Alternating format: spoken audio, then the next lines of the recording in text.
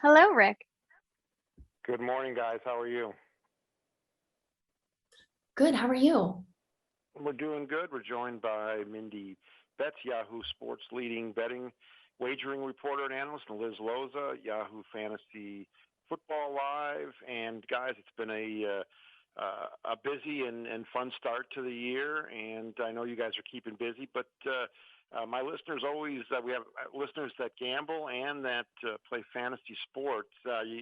With those, you kind of have to look at them from different angles, don't you? Yeah, absolutely. I feel like they're two different worlds, but at the same time, kind of similar. Yeah, I definitely use as a fantasy analyst the lines that Vegas provides to get a gauge on maybe game script or how many points might be available for a particular player. Yeah, I think it's a delicate balance, but I think both kind of feed off each other. And Minty, starting with you, kind of maybe some teams that have been surprises this year, either just in general or for gamblers. What have you been noticing?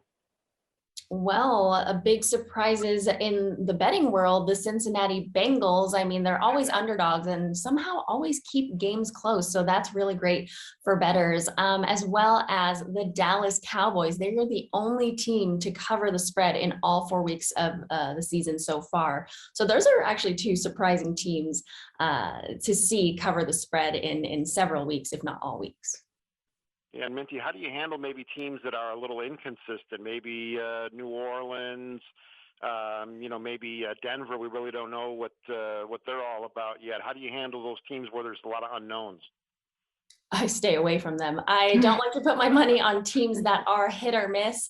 I tend to stay with teams and bet on teams that I like to focus on, like the NFC West, although super competitive division. That's my favorite division to bet on because I find that the underdogs like the Arizona Cardinals and Seahawks cover most of the time than the Rams or the Niners do when matching up against each other.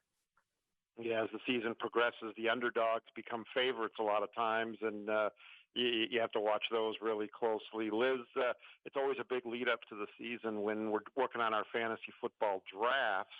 Now, once the season starts, I think is when a lot of the important transactions take place. Who have been maybe some of the surprises and disappointments so far, fantasy-wise?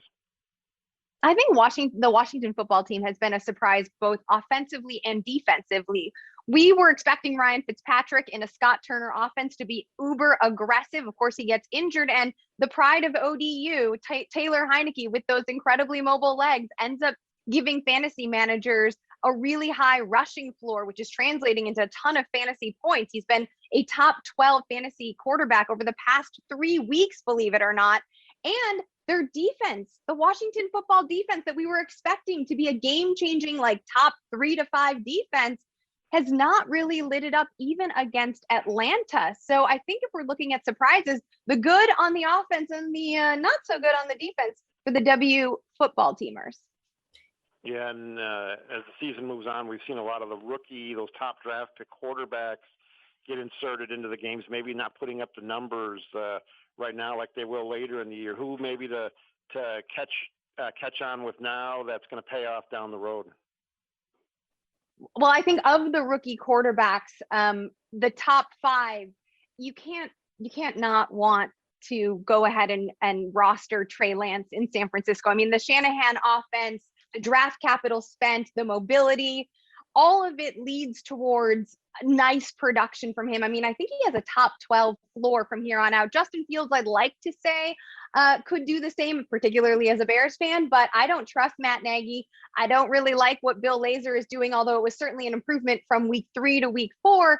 And I'm not entirely sure that Matt Nagy just doesn't really want Andy Dalton to be installed, and they haven't given Fields enough reps. So although I like the potential that Fields brings to the table, I think Trey Lance probably has the most secure production available to him. Yeah, and a lot of question marks on that Bears offensive line as well. Yeah. We're with Minty and Liz here, fantasy football and your best football wagers heading into the midseason here. Minty, I always find value early in the year on over-unders, and that's been the case again this year. I think there's been a lot of great great opportunities. You think that's going to continue, or people, the people that set the lines kind of are one step ahead of the curve when it comes to the over/under values?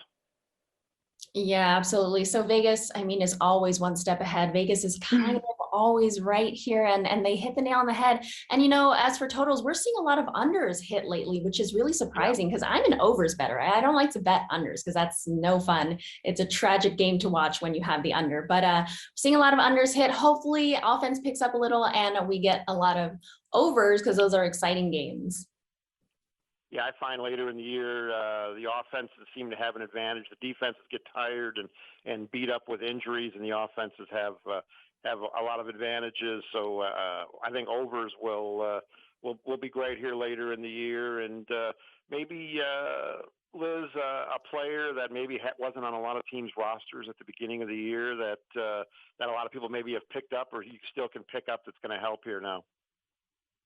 Yeah, I think Jalen Waddle in Miami, a rookie wide receiver, he has this sub 4.3 speed, or I think it's actually 4.3 speed. But he's not being used as a deep threat. It doesn't matter though in PPR friendly formats because he's being peppered regardless of whichever quarterback is under center. So I think he's a nice PPR friendly option. I also like Kenneth Gainwell, the backup running back, particularly in PPR friendly formats because of his target appeal. He's catching a lot of passes and he's behind Miles Sanders. I think he might supplant Sanders, frankly, in Philadelphia. Also, keep an eye on Damian Williams. We talked about the Bears a little bit earlier. David Montgomery, who's been having an incredible season, hurt his knee in week 4. And I believe Williams would be the backup to Montgomery. So if you're looking for some depth at a really volatile position, he might be an option for you. Maybe Randall Cobb in Green Bay after this week.